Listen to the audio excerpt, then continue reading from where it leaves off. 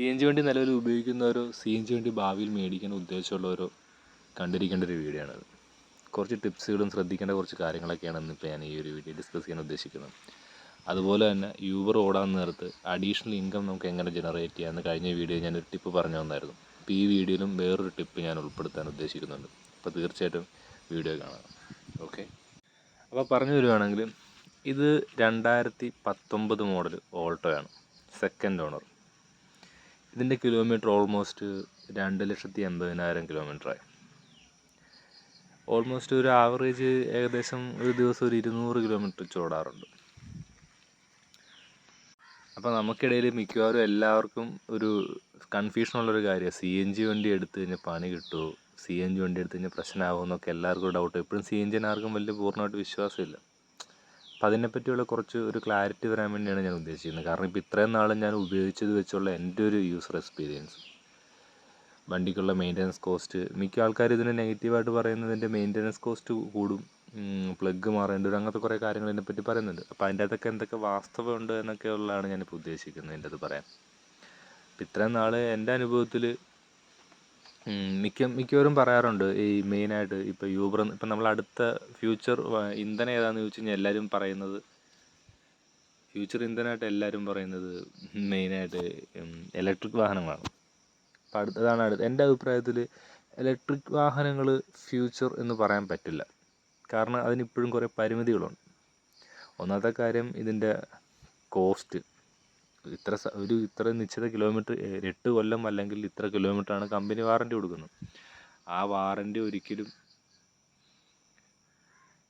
നമ്മൾ മേടിച്ചു കഴിഞ്ഞാൽ ആ വാറൻറ്റിയുടെ സമയം കഴിഞ്ഞ് നമുക്ക് വീണ്ടും അത് റിന്യൂ ചെയ്യാൻ വേണ്ടിയുള്ള എമൗണ്ട് ഏകദേശം വണ്ടിയുടെ പകുതിയോളം വില വരുന്നുണ്ട്. അതുപോലെ തന്നെ റേഞ്ച് ഇപ്പോഴും ഒരു പ്രശ്നമാണ്. കാരണം ലോങ് റൂട്ട് പോകുമ്പോൾ നമുക്ക് ഒരിക്കലും ഡിപ്പെൻഡ് ചെയ്യാൻ പറ്റില്ല. എപ്പോഴും കാറിൻ്റെ ഒരു സമയം ആയിട്ടില്ല എന്നാണ് എൻ്റെ ഒരു അഭിപ്രായം, പ്രത്യേകിച്ച് വലിയ വാഹനങ്ങൾ. ബൈക്കിന് ഇലക്ട്രിക് എന്തായാലും അതിൻ്റെ ഒരു സമയമായി, എല്ലാവരും ഇലക്ട്രിക്കിലേക്ക് മാറുന്നതാണ് നല്ലത് എക്കോണമിക്കൽ നോക്കുവാണെങ്കിൽ. അപ്പോൾ അഡീഷണലായിട്ട് നമ്മൾ പറയുവാണെങ്കിൽ കാറിൻ്റെ കേസിൽ നമുക്കത് പറയാൻ പറ്റില്ല. റേഞ്ച് വലിയൊരു പ്രശ്നമാണ്.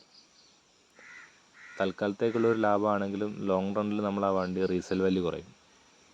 അപ്പം ആ ഒരു ഇതിൽ നമുക്കിവിടെ കോമ്പറ്റീറ്റ് ചെയ്യാൻ പറ്റുന്ന ഒരേ ഒരു ഇന്ധനം നിലവിൽ CNG ആണ്. പിന്നെ ആൾക്കാർ പറയുന്നൊരു പ്രശ്നമാണ് CNGക്ക് പമ്പില്ല. ഇപ്പോൾ ഈ എറണാകുളത്ത് യൂബർ ഓടുന്നത് വേണ്ടിയത്, ഇവിടെ ഇപ്പോൾ മിക്കയിടത്ത് ഇപ്പോൾ ഇതിനെപ്പറ്റി പമ്പുകൾ അവൈലബിൾ ആണ്. പത്തടിപ്പാലത്തുണ്ട്, കാക്കനാടുണ്ട്, കരിങ്ങാച്ചിറയിലുണ്ട്, ആലുവയിലുണ്ട്, വൈറ്റിലയിലുണ്ട്, ഒത്തിരി സ്ഥലത്തുണ്ട് ഇപ്പോൾ പമ്പ്. ഐലൻഡിലുണ്ട്, നമ്മുടെ ഇവിടെയുണ്ട്, മരട് ഭാഗത്തുണ്ട്, കുണ്ടന്നൂർ പാലത്തിൻ്റെ അടുത്തുണ്ട്. ഇപ്പോൾ പമ്പിൻ്റെ ഇപ്പോൾ ഒരു പ്രശ്നം പരിഹരിച്ചുകൊണ്ടിരിക്കുക. പിന്നെ പമ്പിന് നമുക്ക് കിട്ടാത്തവരുണ്ടെങ്കിൽ ഇപ്പോൾ അതിൻ്റെ അകത്ത് ഇമ്പോർട്ടൻ്റ് കാര്യം, നമുക്കൊരു ആപ്പുണ്ട് നാവിഗേറ്റ എന്നും പറഞ്ഞ് നമ്മൾ പ്ലേ സ്റ്റോറിൽ അടിച്ചു കൊടുക്കുകയാണെങ്കിൽ നാവിഗേറ്റ എന്നൊരു ആപ്പുണ്ട്. ആ ആപ്പിൻ്റെ അകത്ത് നമ്മൾ ട്രിപ്പ് എങ്ങോട്ടാണോ നമ്മൾ പ്ലാൻ ചെയ്യുന്നത് അതിൻ്റെ അകത്ത് കൃത്യമായിട്ട് നമ്മൾ പോകുന്ന സ്ഥലത്തേക്ക് എവിടെയൊക്കെയാണ് നിലവിൽ പമ്പുള്ളതെന്നും എല്ലാ ഡീറ്റെയിൽസും അതിൻ്റെ അകത്തുണ്ട്. നമുക്ക് ഈ CNG ആയിട്ട് ബന്ധപ്പെട്ട എല്ലാ കാര്യങ്ങളും, ഇനിയിപ്പോൾ അതിൻ്റെ ആവശ്യമില്ല, ഞാൻ ഈ തുടങ്ങിയ സമയത്തേക്കാണ് ഞാൻ ആ ആപ്പ് ഉപയോഗിച്ചുകൊണ്ടിരുന്നത്. അപ്പം നിലവിൽ ഇപ്പോൾ അതിൻ്റെ ഒരു ആവശ്യമില്ല, കാരണം ഒട്ടുമിക്ക സ്ഥലങ്ങളിലും പമ്പുണ്ട്. പിന്നെ ഇതിൻ്റെ റേഞ്ചിൻ്റെ കാര്യം, അതിൻ്റെ മൈലേജിൻ്റെ കാര്യം, നിങ്ങൾ ജസ്റ്റ് ഒരു പെട്രോളിനെ അപേക്ഷിച്ച് ഞാനൊരു ഉദാഹരണം പറയാം.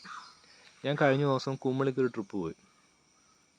ആ കുമ്മളിക്ക് ട്രിപ്പ് പോയതിൽ പെട്രോൾ വണ്ടിക്കാണെങ്കിൽ, അല്ലെങ്കിൽ ഒരു പെട്രോൾ വണ്ടി കൂട്ടിക്കും, ഒരു പെട്രോൾ വണ്ടിക്കാണെങ്കിൽ ഒരു 1,700 രൂപയുടെ പെട്രോൾ അടിക്കേണ്ട സ്ഥാനത്ത് ഞാൻ ഈ 302 കിലോമീറ്റർ, കൊച്ചിയിൽ നിന്ന് പോയതാണ്, 302 കിലോമീറ്റർ, അതും കയറ്റം ഇറക്കും വളവും എല്ലാം ഉള്ള റൂട്ടിൽ പോയിട്ട് വന്നിട്ട് വെറും 750 രൂപയുടെ CNG എനിക്ക് അടിക്കേണ്ടി വന്നിട്ടുള്ളൂ. അപ്പം നിങ്ങൾക്ക് ഊഹിക്കാം എന്തുമാത്രം റേഞ്ച് ഉണ്ടെന്ന്. ഇത് ഓൾമോസ്റ്റ് 10 കിലോയുടെ ലൊവാൻഡയുടെ ടാങ്കാണത്. 10 കിലോ ആണ് അതിൻ്റെ കപ്പാസിറ്റി. ആ 10 കിലോ ഏകദേശം എനിക്കൊരു നമ്മളൊരു അത്യാവശ്യം ഒരു സിറ്റിയിൽ ഓടിക്കുകയാണെങ്കിൽ, സിറ്റി മീൻസ് ഞാൻ ഉദ്ദേശിക്കുന്നത് എറണാകുളം സിറ്റി അല്ല, ഇപ്പം നമ്മൾ അത്യാവശ്യം മുംബൈ, ചെന്നൈ, ബാംഗ്ലൂരൊക്കെ പോലെ നല്ല ട്രാഫിക്കുള്ള സിറ്റിയിൽ റേഞ്ച് പൊതുവെ കുറവായിരിക്കും. പക്ഷെ നമ്മൾ എറണാകുളം പോലൊരു സിറ്റി അത്രയ്ക്ക് തിരക്കുള്ള സിറ്റി അല്ല. ഞാനിപ്പോൾ കേരളത്തിലെ കാര്യമാണ് കമ്പയർ ചെയ്യുന്നത്. അപ്പോൾ എറണാകുളം സിറ്റി എന്ന് പറഞ്ഞാൽ രാവിലെയും വൈകുന്നേരവും ഉള്ളൊരു തിരക്ക് മാത്രമേ ഉള്ളൂ. അതും വലിയ തിരക്ക് എന്ന് പറയാൻ പറ്റില്ല, ഈ പറഞ്ഞ സ്ഥലങ്ങളെ അപേക്ഷിച്ച് വലിയൊരു തിരക്കല്ല അത്. ഇപ്പം ആ ഒരു ഇത് വെച്ച് നോക്കുമ്പം സിറ്റിയിൽ കുറച്ച് മൈലേജ് കുറവായിരിക്കും. കാരണം നമ്മൾ ഫസ്റ്റ് ഇട്ട് ചവിട്ടി ചവിട്ടി വണ്ടി എടുക്കുമ്പോൾ ഇച്ചിരി മൈലേജ് കുറയും, എന്നാലും പെട്രോളിനേക്കാളും കൂടുതലുണ്ട് എന്തായാലും. പിന്നെ സെക്കൻഡറി ആയിട്ട് വരുന്നൊരു കാര്യം എന്താണെന്ന് വെച്ച് കഴിഞ്ഞാൽ ലോങ് റണ്ണിൽ കിട്ടുന്ന മൈലേജ്. എനിക്ക് ഒരു ഫുൾ ടാങ്കിൽ, അതായത് ഈ 10 കിലോയുടെ ഈ ടാങ്കിൽ എനിക്ക് കിട്ടിക്കൊണ്ടിരിക്കുന്നു 230 വരെ കിലോമീറ്റർ. അതായത് ഫുൾ ടാങ്ക്, ഏകദേശം ഫുൾ ടാങ്ക് അടിക്കുമ്പോൾ 740 രൂപ ഏകദേശം വരും. ഒരു ഫുൾ ടാങ്ക് അടിക്കണമെങ്കിൽ 740 രൂപ. അത് പല സമയത്ത് ചില ചെറിയ വ്യത്യാസങ്ങൾ അങ്ങോട്ടും ഇങ്ങോട്ടൊക്കെ ഉണ്ടാവും. അപ്പോൾ ആ ഒരു വ്യത്യാസത്തിൽ എനിക്ക് ഫുൾ ടാങ്ക് കിട്ടിയിരിക്കുന്നത് 240 കിലോമീറ്റർ. അപ്പം ഞാൻ കണക്ക് കൂട്ടി നോക്കും, ഇപ്പോൾ ഏകദേശം 2.5 കിലോമീറ്റർ, അതായത് കിലോമീറ്റർ 2.5 രൂപ വെച്ച് എനിക്ക് ചിലവ് വന്നിട്ടുള്ളൂ. ഏകദേശം 2.5. അത് നമ്മൾ ലോങ് പോകുന്നൊരു റൂട്ടാണെങ്കിൽ, നമ്മളിപ്പം എറണാകുളത്ത് നിന്ന് പാലക്കാട് അങ്ങനെയുള്ള ലോങ് റണ്ണ് അധികം ഗിയർ ചേഞ്ച് ചെയ്യാണ്ട് ഹൈവേ കൂടി പോകുക, അല്ലെങ്കിൽ ലോങ് റണ്ണ്, ഇപ്പോൾ ഹൈവേ തന്നെ വേണമെന്നില്ല, നമ്മൾ ലോങ് റണ്ണിൽ പോവുകയാണെങ്കിൽ നമുക്ക് നല്ല മൈലേജ് കിട്ടുന്നുണ്ട്. പെട്രോൾ വെച്ച് നോക്കുവാണെങ്കിൽ 2 ഇരട്ടി ഏകദേശം അതിൻ്റെ ഒരു വ്യത്യാസം. അത് വളരെ വലുതാണ്. ഒരു പ്രത്യേകിച്ച് യൂബർ പോലത്തെ വണ്ടിയിൽ വളരെ വലുതാണ്. അപ്പം എൻ്റെ അഭിപ്രായത്തിൽ പിന്നെ ആൾക്കാർ പറയുന്നത് ഇതിൻ്റെ മെയിൻ്റനൻസ് ആണ്, വണ്ടി നശിക്കും എന്നാണ്. അതിന് ഏറ്റവും വലിയൊരു ഉദാഹരണമാണ് ഇപ്പം നിങ്ങൾക്ക് ഇവിടെ കാണാൻ പറ്റും. 2,80,000 കിലോമീറ്റർ വെറും 2019 വണ്ടിയാണ്. 2,80,000 കിലോമീറ്റർ വെറും 2019, 2024 വെറും 5 കൊല്ലം കൊണ്ട് ഇത്ര ഓടിയ വണ്ടി. ആവറേജ് 200 കിലോമീറ്റർ എല്ലാ ദിവസവും ഓടുന്ന വണ്ടിയാണ്. അപ്പം ആ 200 കിലോമീറ്ററിൽ പല പല വ്യത്യാസം വരാം.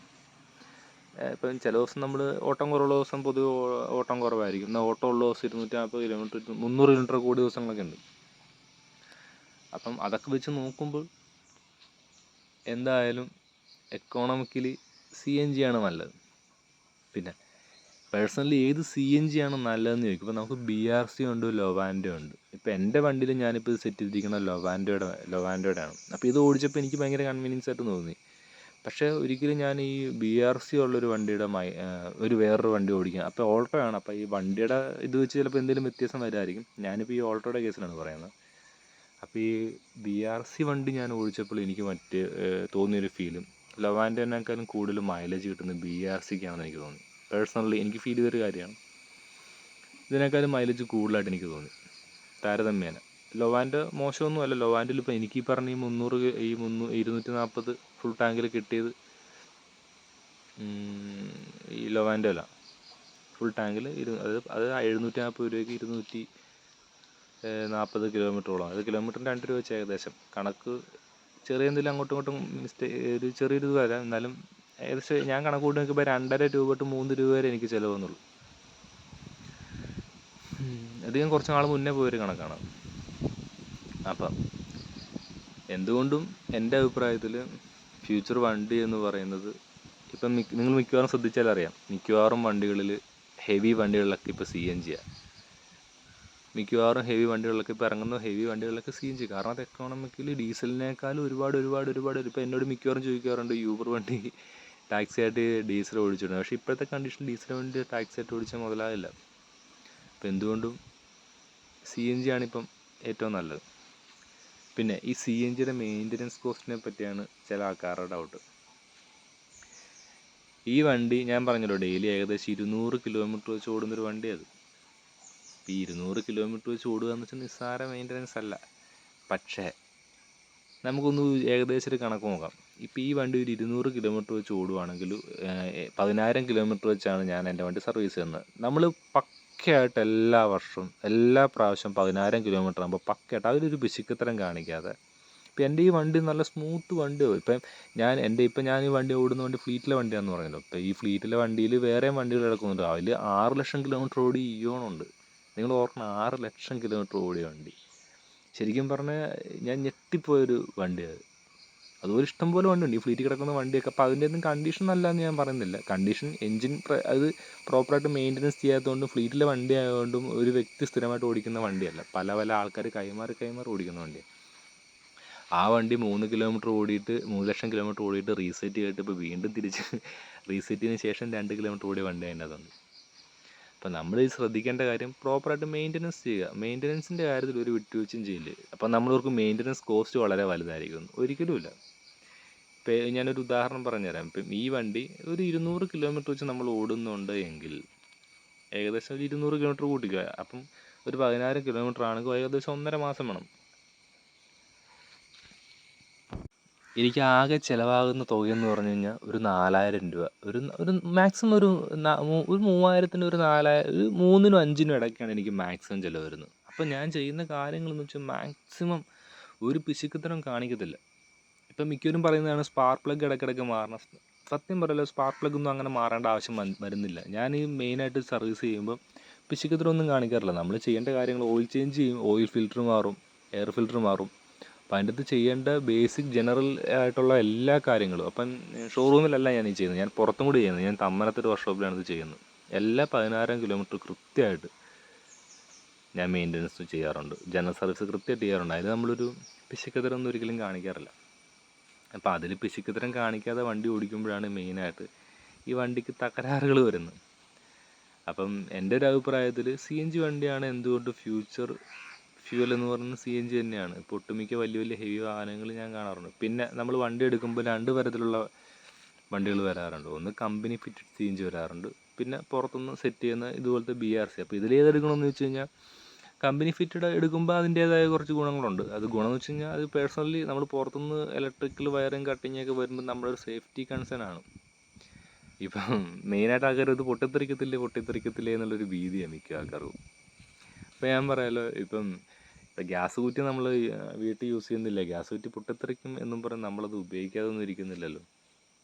നമ്മളത് ചെയ്യാൻ പാടില്ലാത്ത കാര്യങ്ങൾ അതിൽ ചെയ്ത് എന്തായാലും ഇതിലുണ്ടാവും എന്നും പറഞ്ഞ് ഒരു ചെറിയൊരു പെർസെൻറ്റേജ് മോശം ഉണ്ടാവും എന്നും പറഞ്ഞ് നമ്മൾ മൊത്തം അങ്ങനെ ഇപ്പോൾ ഇതിനകത്ത് പൊട്ടിത്തെറിക്കുന്നത് എന്ന് പറയുന്ന അത്രയ്ക്ക് മെയിൻ്റെനൻസ് പ്രോപ്പറായിട്ട് ചെയ്ത് ഇതിൻ്റെ 2 കൊല്ലം കൂടുമ്പോൾ കാലിബ്രേഷൻ ചെയ്യുന്നൊരു പ്രോസസ്സുണ്ട്. ഇപ്പം ഇവിടെ എറണാകുളത്ത് അടുത്തുള്ളത് ചേർത്തലല്ല, 2000 രൂപേൻ്റെ ചിലവുള്ളൂ.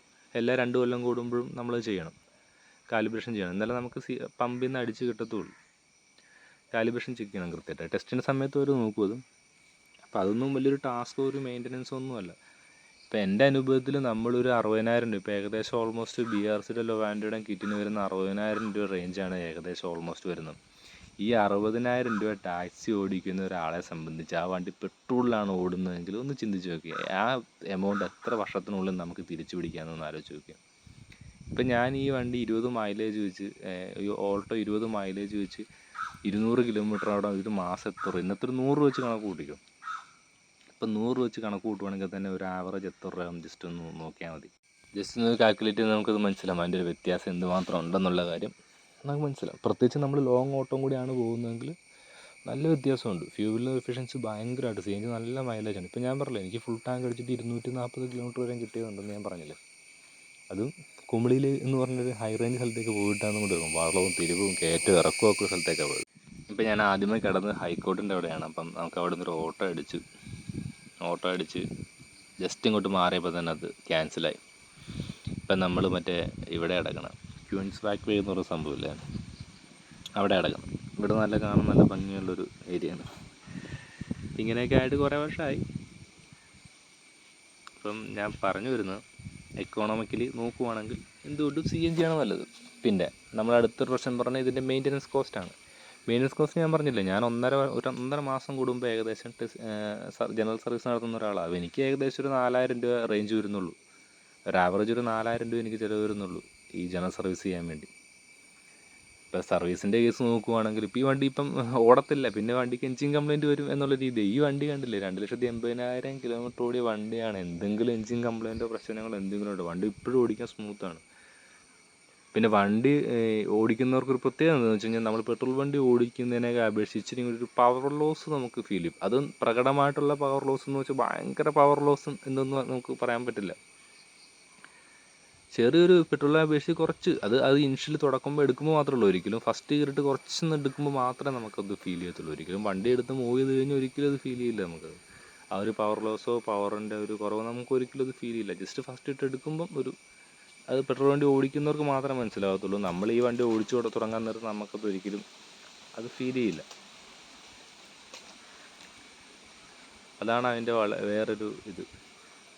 അപ്പോൾ എൻ്റെ ഒരു അഭിപ്രായത്തിൽ ഇപ്പം യൂബർ, ടാറ്റയുടെ ടിയാഗോ ഒക്കെ ഇവിടെ യൂബർ ഓടുന്നവരുണ്ട്, EV ഓടുന്നവരുണ്ട്. പക്ഷേ ഇപ്പം അത് ശരിയാണ്, കറണ്ട് ഇതിനേക്കാളും ചാർജ് കുറവാണ് പെട്രോളിൽ. അപ്പം അതിന് മറ്റേതെങ്കിലും ലാഭം ഉണ്ടാവുമോ എന്ന് ചോദിച്ചു കഴിഞ്ഞാൽ ഈ വണ്ടി ഓടുന്ന വണ്ടിയാണ്. അപ്പോൾ നമ്മൾ മറ്റേ വീട്ടിൽ കിടക്കുന്ന വണ്ടി പോലെയല്ല, മാക്സിമം ഓടുന്ന വണ്ടിയാണ്. അപ്പോൾ ഈ ഓടുന്ന വണ്ടി ഇത്ര ലക്ഷം കിലോമീറ്റർ അല്ലെങ്കിൽ 8 കൊല്ലം എന്നുള്ളതായിരിക്കുമല്ലോ. ഇതിൽ ഏതാണ് ആദ്യമേ വരുന്നത് അതായിരിക്കും അതിൻ്റെ അത്. അപ്പം ഈ ടാക്സി വണ്ടി എന്തായാലും കിലോമീറ്റർ ആദ്യമേ വരും. അപ്പോൾ അത് കഴിയുമ്പോൾ ഈ കിലോമീറ്റർ ഈ വണ്ടി, ടാറ്റയുടെ വണ്ടി, അതിൻ്റെ പകുതിയോളം തന്നെ ഈ ബാറ്ററി മാറ്റി വെക്കേണ്ടി വരുമ്പോൾ അതെങ്ങനെ പ്രോഫിറ്റബിൾ ആകുമെന്ന് എനിക്കറിയത്തില്ല. ഇപ്പോൾ പല ആൾക്കാരും പറയുന്നുണ്ട് ബാറ്ററി മൊത്തം മാറ്റി വെക്കേണ്ട, അതിൻ്റെ ആ പോയ സെല്ല് മാത്രം മാറ്റി വെച്ചാൽ മതി എന്ന് പറയുന്നുണ്ട്. അപ്പോൾ അതെങ്ങനെയാണെന്നുള്ളത് നിങ്ങൾ അറിയാവുന്നവർ അതിനെപ്പറ്റി ജസ്റ്റ് ഒന്ന് കമൻറ്റ് ചെയ്താൽ മതി. അപ്പം എൻ്റെ ഒരു അഭിപ്രായത്തിൽ ഇപ്പോൾ വണ്ടിയുടെ ഡ്യൂറബിലിറ്റി നോക്കുവാണെങ്കിൽ ഏറ്റവും വലിയ തെളിവാണ് ഈ വണ്ടി. ഞാൻ ഇപ്പോൾ എൻ്റെ മീറ്റർ കാണിച്ചിരുന്നില്ല, 2,80,000 കിലോമീറ്റർ ഓടിയ 2019 ഉണ്ട്. വെറും 4 കൊല്ലം കൊണ്ടാണ് ഈ 2,19,000 കിലോമീറ്റർ ഓടിയതെന്ന് നമ്മൾ ആലോചിക്കണം. സെക്കൻഡ് ഓണർ, ടാക്സി ഓടുന്ന വണ്ടി, അതും ഏറ്റവും ടാറ്റയുടെ ഈ മാരുതിയുടെ ഏറ്റവും വില കുറഞ്ഞൊരു മോഡലാണ് ഓൾട്ടോ. ആ ഒരു മോഡലാണ്. ഇത്രയും ഡ്യൂറബിലിറ്റി നമുക്കറിയാം. ഇനി ഇതിൻ്റെ മെയിൻ്റനൻസ് കോസ്റ്റും എത്ര ഏകദേശം വരും എന്ന് ഞാൻ പറഞ്ഞു. ഏകദേശം എനിക്കൊരു മാസം 4,000 രൂപ, ഒരു മാസമല്ല 1.5 മാസം കൂടുമ്പോൾ 10,000 കിലോമീറ്റർ. ടാക്സി വണ്ടി ആയതുകൊണ്ട് 1.5 മാസം കൂടുമ്പോൾ ജനറൽ സർവീസ് വരും, 10,000 കിലോമീറ്റർ ആവും. ഏകദേശം ഒരു 4,000 to 5,000 രൂപയാണ് എനിക്ക് ഏകദേശം ചിലവ് വരുന്നത്. പിന്നെ ഇതിൻ്റെ റീസെയിൽ വാല്യൂ നമുക്കറിയാം. CNG കമ്പാരിറ്റീവ്ലി EV വണ്ടിയുടെ അത്ര ഒന്നും റീസെയിൽ വാല്യൂ എന്തായാലും ഇതിന് കുറയുന്നില്ല. പിന്നെ ഇതിൻ്റെ ഈ സ്പാർക്ക് പ്ലഗ് മാറുക എന്നൊക്കെ ആൾക്കാർ ചുമ്മാ ഇതിനിപ്പോൾ എന്ത് വന്നാലും മലയാളികൾ അതിൻ്റെ നെഗറ്റീവ് കുറേ വശങ്ങൾ കണ്ടുപിടിച്ചിട്ട് അവസാനം അത് അക്സെപ്റ്റ് ചെയ്യുന്നതാണ് നമ്മുടെ ഒരു സ്വഭാവം. അപ്പോൾ പേഴ്സണലി യൂസ് ചെയ്ത ഒരാളുടെ യൂസർ റിവ്യൂ എന്നുള്ള രീതി നിങ്ങൾ തന്നെ കണ്ടാൽ മതി. നമ്മളിനി തുടക്കം പറഞ്ഞ പോലെ യൂബർ ഓടുന്നതിൻ്റെ ഇടയ്ക്ക് ഒരു അഡീഷണൽ ഇൻകം, നമ്മൾ കഴിഞ്ഞ വീഡിയോയിൽ നമ്മളൊരു ടിപ്പ് പറഞ്ഞുകൊണ്ടുണ്ടായിരുന്നു അഡീഷണലായിട്ട് എങ്ങനെ ജനറേറ്റ് ചെയ്യാം എന്നുള്ളൊരു കാര്യം. ഇപ്പം അതുപോലെ തന്നെ വേറൊരു ട്രിക്കാണ് ഇത്. പക്ഷേ നമുക്ക് മലയാളി കസ്റ്റമേഴ്സിൽ നിന്ന് കിട്ടത്തില്ല. അത് നമുക്ക് ഹിന്ദിക്കാർ അല്ലെങ്കിൽ ഫോറിനേഴ്സ് വരുമ്പോഴാണ് നമുക്കത് കൂടുതലും നടക്കുന്നത്. ഇപ്പോൾ എൻ്റെ അനുഭവത്തിൽ എനിക്ക് അങ്ങനെ അത്യാവശ്യം പൈസ ഞാൻ ജനറേറ്റ് ചെയ്യാറുണ്ട്. ഇപ്പോൾ എനിക്ക് മിക്കവാറും ഇപ്പോൾ ഹിന്ദിക്കാരുടെ ഓട്ടം അല്ലെങ്കിൽ ടൂറിസ്റ്റുകളുടെ ഓട്ടം കിട്ടണമെങ്കിൽ അതിന് പ്രത്യേക സ്ഥലങ്ങളിൽ നമ്മൾ പോയി കിടക്കണം, അല്ലാണ്ട് എവിടെയെങ്കിലും കിടന്നാൽ അതും കിട്ടില്ല. അപ്പോൾ ഞാൻ പറഞ്ഞു വന്നത് ഇത്രയേ ഉള്ളൂ. നമ്മൾ എയർപോർട്ട് റൂട്ടിൽ നമ്മൾ ആലുവയൊക്കെ കഴിയാൻ നേരത്ത് ചില കടകളുണ്ട്. അപ്പം നമ്മൾ കസ്റ്റമറോട് ഫസ്റ്റ് നമ്മുടെ ആവശ്യമാണെന്ന് നമ്മൾ ആലോചിക്കണേ. അപ്പോൾ ഈ കസ്റ്റമേഴ്സ് വരാൻ നേരത്ത് കഴിഞ്ഞ ദിവസം എൻ്റെ വേറൊരു കസ്റ്റമേഴ്സിന് ആവശ്യം ചക്കിലാട്ടിയ വെളിച്ചെണ്ണ വേണമെന്നായിരുന്നു പുള്ളിക്കത് കിട്ടിയേ പറ്റും. പുള്ളി എത്ര രൂപ വേണമെങ്കിലും മുടക്കാൻ തയ്യാറാണ്, എങ്ങോട്ട് വേണമെങ്കിലും വണ്ടി കിട്ടോ. എനിക്കത് പുള്ളിയുടെ വീട്ടുകാർ ചക്കിലാട്ടിയ വെളിച്ചെണ്ണയും പിന്നെ നമ്മുടെ ഈ പച്ച കുരുമുളകും. അപ്പോൾ പച്ചക്കുരുമുളക് കിട്ടത്തില്ലെന്ന് ഞാൻ പറഞ്ഞു, ചക്കിലാട്ടിയ വെളിച്ചെണ്ണ. അപ്പോൾ അതിന് വേണ്ടി ഞാൻ പുള്ളിക്ക് ജസ്റ്റ് ഒരു 2 കിലോമീറ്റർ, എനിക്ക് കൃത്യമായിട്ട് സ്ഥലം അറിയാൻ 2 കിലോമീറ്റർ ഓടിയുള്ളൂ. പ്രൈവറ്റ് ഓട്ടായിരുന്നു. 500 രൂപ ഞാൻ മേടിച്ചത്. ജസ്റ്റ് 2 കിലോമീറ്റർ കഷ്ടി അങ്ങോട്ടും ഇങ്ങോട്ടും, മൊത്തം ഒരു 4 കിലോമീറ്റർ 500 രൂപ മേടിച്ചു പുള്ളിക്ക്. കാരണം പുള്ളിക്ക് അത് ആവശ്യമായിരുന്നു. അപ്പോൾ നമ്മൾ ആ ആവശ്യം യൂസ് ചെയ്യണം. കാരണം തിരിച്ച് നമ്മളത് ചെയ്യുന്നത്, നമ്മൾ പണിയെടുത്ത പൈസ അവസരം. ഇപ്പോൾ എല്ലാ ബിസിനസ്സിലും അങ്ങനെയാണല്ലോ, അവസരം അത്യാവശ്യക്കാരനാണെങ്കിൽ നമ്മൾ കുറച്ച് ഡിമാൻഡ് കൂടുതലിടും. അപ്പം ഇപ്പോൾ ഞാൻ പറഞ്ഞു വന്നത്, നമ്മൾ ഹിന്ദിക്കാർ കയറുവാണെങ്കിൽ, ടൂറിസ്റ്റുകൾ കയറുവാണെങ്കിൽ മെയിനായിട്ട് അവർക്ക് നമ്മൾ എയർപോർട്ടിലൊക്കെ പോകുന്ന വഴിക്ക് മെയിനായിട്ട് ഈ ആലുവ കഴിയുമ്പോൾ നമുക്ക് ഓരോരോ ഇടതുവശത്ത് മെയിനായിട്ട് നോക്കുന്ന ചിപ്സ് കടകൾ കാണാം. ഓക്കെ, ഇപ്പോൾ ആലുവ ജംഗ്ഷനിലിരിക്കുന്ന ആ ഒരു നമ്മൾ ആലുവ കഴിഞ്ഞിട്ട് ഫസ്റ്റ് ഒരു ജംഗ്ഷൻ ഉണ്ടല്ലോ, അപ്പോൾ അവിടെ ചെറിയൊരു സിഗ്നൽ കാണാം. ആ സിഗ്നൽ കഴിയുമ്പോൾ ഇടതുവശത്ത് ഒരു ചിപ്സ് കടയുണ്ട്, അവിടെ കയറണം. അല്ലെങ്കിൽ നമ്മളിപ്പോൾ മിക്കവാറും നമ്മളൊരിക്കലും, ഇപ്പോൾ എൻ്റെ ഒരു ടെക്നിക്ക് എന്താണെന്ന് വെച്ചാൽ, നമ്മൾ കസ്റ്റമറെ കൊണ്ട് ഇറക്കിയിട്ട് ഒരിക്കലും മാറി നിൽക്കരുത്. 5 സ്റ്റാർ ചിപ്സ് എന്നെന്താന്ന് വേണം കടയുടെ പേര്. അത് ആ കടയിൽ മാത്രമല്ല കേട്ടോ, നമുക്ക് ഒരുപാട് കടകളിൽ നമുക്കങ്ങനെ ടിപ്പ് കിട്ടും. മെയിനായിട്ട് ഇപ്പോൾ ഞാനിപ്പോൾ ഓർത്ത് വെക്കുന്നൊരു കട, ഇപ്പോൾ നമ്മൾ അവിടെ ടിപ്സ് കിട്ടണം എന്നുണ്ടെങ്കിൽ മെയിനായിട്ട് എന്താ നമുക്ക് ഉദ്ദേശിക്കുന്നത് വെച്ചാൽ, ഇവർ മേടിക്കുന്ന എമൗണ്ടിൻ്റെ ഒരു ഇത്ര ശതമാനമാണ് നമുക്ക് കിട്ടുന്നത്. എനിക്ക് കഴിഞ്ഞ ദിവസം 3,000 രൂപയുടെ സാധനം മേടിച്ചിട്ട് 400 രൂപ 450 രൂപ എനിക്ക് ടിപ്സായിട്ട്, അതായത് കമ്മീഷൻ, റെഫറൽ കമ്മീഷൻ എന്നൊക്കെ വേണമെങ്കിൽ പറയാം. നമ്മൾ അവരെ ആ കടയെ വീണ്ടും കൊണ്ട് കയറ്റാൻ വേണ്ടി കടക്കാർ വരുന്ന ഇത്. അപ്പോൾ ഒരിക്കലും നമ്മൾ ചോദിച്ച് മേടിക്കുമല്ലോ ചെയ്യേണ്ടത്. നമ്മൾ കസ്റ്റമറെയും കൊണ്ട് നമ്മൾ അവരുടെ കൂടെ അവരെ പരിചയപ്പെടുത്തി കൊടുക്കുന്ന പോലെ നമ്മൾ അവരുടെ കൂടെ ചെല്ലണം. ചുമ്മാ നാണിച്ച് മാറി വണ്ടിക്കകത്തിരുന്നതൊന്നും കിട്ടത്തില്ല. ചില കടകളിൽ നമ്മൾ വണ്ടിക്കകത്തിരുന്നാലും അത് വണ്ടി കറക്റ്റ് അവരുടെ കടയുടെ ഭാഗത്ത് കൊണ്ട് ഇറക്കിയാൽ മാത്രമേ നമുക്കത് കിട്ടത്തുള്ളൂ. അവർ കൊണ്ട് നമ്മുടെ കൈ കൊണ്ട് തരും. അല്ലാന്നുണ്ടെങ്കിൽ നമ്മളെ കസ്റ്റമറെയും കൊണ്ട് കയറി അവർ അടുത്ത് ചെന്ന് നമ്മൾ ആ സാധനമൊക്കെ എടുത്തു കൊടുക്കാൻ ജസ്റ്റ് ഒന്ന് എടുത്തു കൊടുക്കുക വെച്ചാൽ, നമ്മളവർ ജസ്റ്റ് ആ കടയിൽ നിന്ന് റെഫർ ചെയ്യുന്നതായിട്ട് കടക്കാർക്ക് മനസ്സിലാക്കി കഴിഞ്ഞാൽ നമ്മളെ ക്യാഷ് കൗണ്ടറിനടുത്ത് പോയി നിന്ന് കഴിഞ്ഞാൽ അവർ മേടിക്കുന്ന ബില്ല് എമൗണ്ടിൻ്റെ ഒരു ഇത്ര ശതമാനം നമുക്ക് വരും. അത് എത്ര കിട്ടിയാലും നമുക്ക് ബോണസാണ്. കാരണം ഇവർ മേടിക്കുന്ന കൂടുതൽ ഹിന്ദിക്കാർ മേടിക്കുന്ന ചക്കവറുത്ത് അവർക്ക് ഭയങ്കര വീക്ക്നെസ്സാണ്. ചക്കവറുത്തല്ല, ചിപ്സ്, ബനാന ചിപ്സ്. അപ്പോൾ ഇത് അവർ എന്തായാലും ഇവിടെ വരുന്നവർ പിന്നെ മേടിക്കുന്നതാണ് നമ്മുടെ സുഗന്ധ വ്യഞ്ജനങ്ങളൊക്കെ ഉണ്ടല്ലോ, അതവർക്ക് ഭയങ്കര ക്രേസാണ്. അപ്പോൾ ഇത് മേടിക്കാൻ നേരത്ത് ഇവർ മെയിനായിട്ട് ഇവർ വരും. ഇവർ വന്ന് നമ്മളാ കടയിൽ അവരെ റെഫർ ചെയ്ത് നമ്മളെ പരിചയപ്പെടുത്തുകയാണെങ്കിൽ നമുക്ക് അവർ മേടിക്കുന്നതിന് കഴിഞ്ഞ ദിവസം ഞാൻ പറഞ്ഞു 3000 രൂപയുടെ സംതിങ് ചിപ്സാണ് അവർ മേടിച്ചത്. എനിക്ക് 450 500 രൂപ അടുത്ത് എനിക്കൊരു കമ്മീഷനായിട്ട് വന്നു. അപ്പം നമ്മൾ കയറുന്ന കസ്റ്റമറോട് അങ്ങോട്ട് ചോദിക്കണം. ഒരിക്കലും മിക്ക കസ്റ്റമർ ഇങ്ങോട്ട് പറയും, പക്ഷേ എന്നാലും നമ്മൾ അങ്ങോട്ട് പറയണം. ഇപ്പം അതിന് ഹിന്ദി വശം വേണം, ഇംഗ്ലീഷ് വശം വേണം എന്നൊന്നുമില്ല. നമുക്കറിയാവുന്ന ഭാഷയിൽ പറഞ്ഞവർക്ക് കാര്യം മനസ്സിലാവും. അപ്പം നമ്മളവരോട് അത്യാവശ്യം നല്ല രീതിയിൽ കമ്മ്യൂണിക്കേഷൻ കൂടി ചെയ്യുവാണെങ്കിൽ നമ്മളിങ്ങനെ പറഞ്ഞു കൊടുക്കണം ഇവിടെ എന്താണ് പ്രത്യേകത എന്നൊക്കെ അവരോട് ചോദിക്കും, ഇവിടെ എന്താണ്. അപ്പോൾ അവർക്ക് ഇവിടെ കേരളത്തിൽ നിന്ന് വന്നിട്ട് പോയതിന് എന്തെങ്കിലും ഒരു ഓർമ്മ എന്നുള്ള രീതിയിൽ അവർ മെയിനായിട്ട് നോക്കുന്ന ഇതാണ് നമ്മളെ സുവനീഴ്സ്. അപ്പോൾ അത് അവരോട് ചോദിക്കാൻ നേരം നമ്മൾ അതിന് പറ്റിയ കടകളിൽ കൊണ്ട് നിർത്തി കൊടുക്കുകയാണെങ്കിൽ അവർക്ക് കമ്മീഷൻ കിട്ടും, നമുക്ക് കമ്മീഷൻ കിട്ടും. അപ്പോൾ ഇത്രയൊക്കെ ഉള്ളൂ. നമ്മൾ ഈ CNG എടുത്തു കഴിഞ്ഞാൽ ഉള്ള പേടിക്കാനൊന്നുമില്ല, ധൈര്യമായിട്ട് CNG എടുക്കാം. എന്തായാലും EVനേക്കാളും വളരെ നല്ല ഒരു പ്രിഫറൻസ് ആയിരിക്കും CNG. പെട്രോളിൻ്റെ കാര്യത്തിൽ അടിക്കുന്ന സ്ഥലത്തെപ്പറ്റി പമ്പിനെ പറ്റി ഓർത്ത് പേടിക്കേണ്ട, മെയിൻ്റനൻസ് കോസ്റ്റിനെ പറ്റി ഓർത്ത് പേടിക്കേണ്ട, എത്ര നാൾ ഓടും, എൻജിൻ പണി വരുമോ എന്നുള്ളതൊന്നും പേടിക്കേണ്ട. പ്രോപ്പറായിട്ട് മെയിൻ്റനൻസ് ചെയ്താൽ മതി. പിന്നെ അഡീഷണൽ ഇൻകം ജനറേറ്റ് ചെയ്യേണ്ടത് എങ്ങനെയാണെന്നും ഞാനിപ്പോൾ പറഞ്ഞിട്ടുണ്ട്. അപ്പോൾ ഇത്രയൊക്കെ ഉള്ളൂ. അപ്പോൾ നമുക്ക് അടുത്തൊരു ട്രിപ്പും ഇതിനെപ്പറ്റി, ഇപ്പോൾ ഇതൊരു ജനറൽ ഓഡിയൻസിന് വേണ്ടിയുള്ളൊരു ഇതായിരിക്കും. ഇപ്പം ഈ വീഡിയോ മിക്കവാറും യൂബർ ഡ്രൈവർമാർക്ക് ഉപകാരപ്പെടും, പുറത്തുള്ളവർക്ക് ഉപകാരപ്പെടും. അപ്പോൾ എന്തായാലും അടുത്ത വീഡിയോയിൽ എക്സ്ട്രാ റവന്യൂ എങ്ങനെ ജനറേറ്റ് ചെയ്യാമെന്നുള്ള ടിപ്പും കൂടി ഞാൻ അടുത്തതിൻ്റെ ഓരോ വീഡിയോയിൽ ഉൾപ്പെടുത്താം. അപ്പോൾ എന്തായാലും പിന്നൊരു വീഡിയോ കാണാം.